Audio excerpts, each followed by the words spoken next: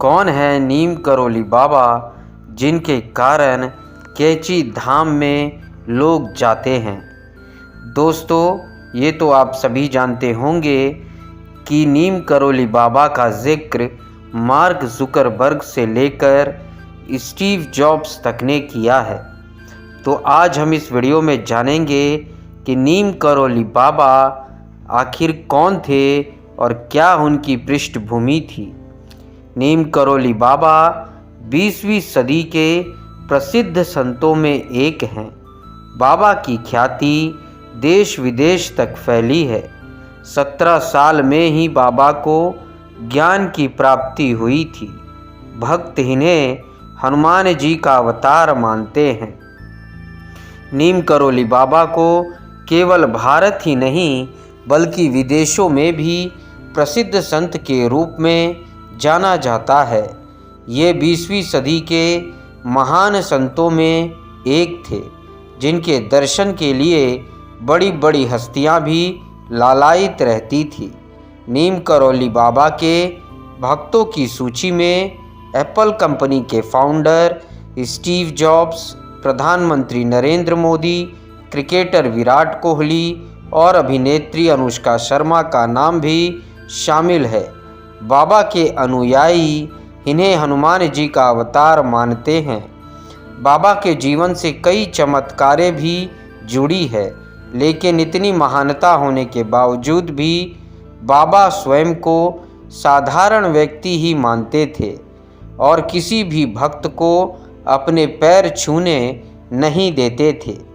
जानते हैं आज हम नीम करोली बाबा के संपूर्ण जीवन के बारे में। नीम करोली बाबा का जन्म उत्तर प्रदेश के अकबरपुर में 1900 के करीब हुआ था। इनके पिता का नाम दुर्गा प्रसाद था। नीम करोली बाबा का वास्तविक नाम लक्ष्मी नारायण शर्मा था। बाबा जब तक जीवित थे, लोग उन्हें नीम करोली बाबा, लक्ष्मण दास, हांडी वाले बाबा, तिकोनिया वाले बाबा और तलैया वाले बाबा जैसे नामों से जानते थे। बाबा की प्रारंभिक शिक्षा किरहिनम गांव से हुई और 17 साल की आयु में इन्हें ज्ञान की प्राप्ति हो गई।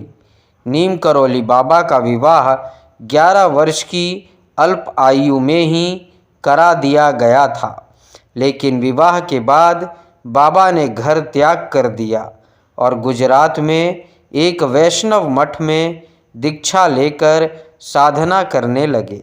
बाबा ने कई स्थानों पर भ्रमण किया, लेकिन एक बार फिर से इन्हें गृहस्थ जीवन में लौटना पड़ा। इसके बाद नीम करोली बाबा को 2 पुत्र और 1 पुत्री की प्राप्ति हुई, लेकिन 1958 में बाबा ने फिर से घर को त्याग कर दिया और अनेक स्थानों पर भ्रमण करते हुए कैची धाम पहुंच गए। बाबा ने 1964 में इस आश्रम की स्थापना की। यहाँ बाबा ने हनुमान मंदिर की स्थापना की थी। बाबा 1961 में पहली बार अपने मित्र पूर्णानंद के साथ यहाँ आए थे और उनके साथ यहाँ आश्रम बनाने का विचार किया था। बता दें कि नीम करोली बाबा के आश्रम केवल भारत में ही नहीं विदेशों में भी है। नीम करोली बाबा की मृत्यु कब हुई थी? नीम करोली बाबा आगरा से नैनीताल जा रहे थे, तभी रास्ते में उनकी तबीयत खराब हो गई, जिस कारण उन्हें वृंदावन स्टेशन पर ही उतरना पड़ा। आनन फानन में उन्हें अस्पताल में भर्ती कराया गया। बाबा ने तुलसी और गंगा जल ग्रहण कर 11 सितंबर 1973 को अपने प्राण त्याग दिए। वृंदावन में नीम करोली बाबा की समाधि मंदिर है। हनुमान जी के उपासक थे बाबा नीम करोली।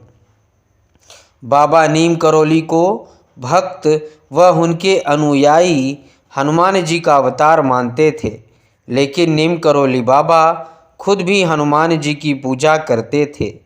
उन्होंने हनुमान जी के कई मंदिर भी बनवाए। जब कोई भक्त नीम करौली बाबा के पैर छूता तो बाबा पैर छूने से मना कर देते और कहते, पैर छूना ही है तो हनुमान जी के छुओ। नीम करौली बाबा भले ही आज जीवित नहीं हैं, लेकिन उनके भक्त श्रद्धापूर्वक उन्हें मानते हैं। बाबा अपने अलौकिक रूप में भक्तों के बीच हमेशा विराजमान रहते हैं।